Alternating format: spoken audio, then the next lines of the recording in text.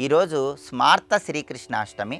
ఈ సందర్భంగా ఎలాంటి పరిహారాలు పాటిస్తే శ్రీకృష్ణుడి అనుగ్రహానికి పాత్రులై అన్ని రకాలైన సమస్యల నుంచి సులభంగా బయటపడవచ్చో నేటి పరిహారాలు పరిష్కారాలు అనే అంశంలో పరిశీలిద్దాం.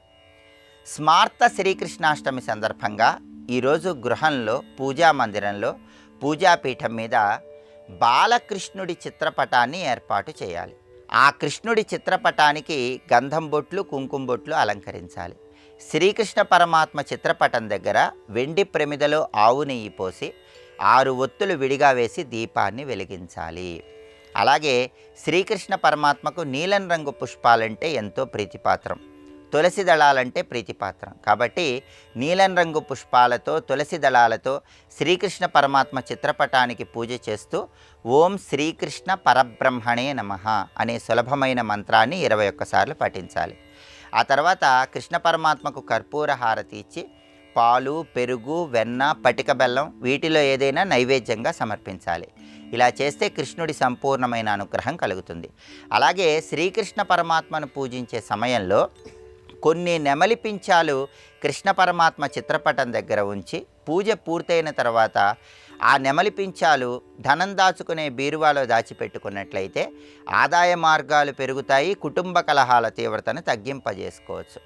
అలాగే శ్రీకృష్ణ పరమాత్మకు ఈరోజు అటుకులు నైవేద్యంగా సమర్పించి వాటిని ప్రసాదంగా స్వీకరించి ఇతరులకు పంచిపెట్టినట్లయితే రుణబాధల నుంచి బయటపడవచ్చు. రావలసిన ధనం సకాలంలో రావటానికి కూడా అటుకుల నివేదన విశేషంగా సహకరిస్తుంది. ఇలా ఉదయం పూట శ్రీకృష్ణ పరమాత్మకు సంబంధించిన ప్రత్యేకమైన పూజను నిర్వహించాలి. అలాగే సాయంకాలం పూట శ్రీకృష్ణ పరమాత్మ ప్రీతి కోసం ఒక ప్రత్యేకమైనటువంటి అర్ఘ్యాన్ని కృష్ణ పరమాత్మకు సమర్పించాలి. ఆ ప్రత్యేకమైనటువంటి అర్ఘ్యాన్ని ఎలా సమర్పించాలంటే ముందుగా ఒక శంఖం తీసుకొని ఆ శంఖంలో జలం పోసి ఆ శంఖ జలాలతో శ్రీకృష్ణ పరమాత్మ చిత్రపటం దగ్గర ఒక పళ్ళెల్లో అర్ఘ్యంలాగా విడిచిపెట్టాలి. ఇలా అర్ఘ్యమిచ్చే సమయంలో అక్షింతలు, రకరకాలైనటువంటి పుష్పాలు ఆ శంఖ జలాలలో కలిపి ఆ శంఖ జలాలతో అర్ఘ్యం ఇవ్వాలి. అలాగే శంఖంలో మళ్ళీ కొబ్బరి నీళ్లు పోసి ఆ కొబ్బరి నీళ్ళల్లో కూడా అక్షింతలు, రకరకాల పుష్పాలు కలిపి ఆ కొబ్బరి నీళ్లతో శ్రీకృష్ణ పరమాత్మకు అర్ఘ్యం విడిచిపెట్టాలి. ఇలా శుద్ధోదకము కొబ్బరి నీళ్లతో శ్రీకృష్ణ పరమాత్మకు సాయంకాలం పూట అర్ఘ్యం విడిచిపెట్టడం ద్వారా కృష్ణుడి సంపూర్ణమైన అనుగ్రహానికి ప్రతి ఒక్కరూ సులభంగా పాత్రలు కావచ్చు. సాయంకాలం పూట ఇలా శ్రీకృష్ణుడికి అర్ఘ్యం సమర్పించి ఆ తర్వాత చంద్రుడికి కూడా అర్ఘ్యం సమర్పిస్తే విశేషమైన ధనలాభం కలుగుతుంది.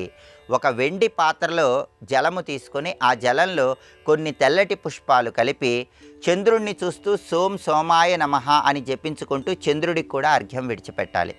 శ్రీకృష్ణ జన్మాష్టమి సందర్భంగా ఈ ప్రత్యేకమైనటువంటి పరిహారాలు పాటించడం ద్వారా కృష్ణుడి అనుగ్రహానికి పాత్రులై సకల శుభాలను సిద్ధింపజేసుకోవచ్చు.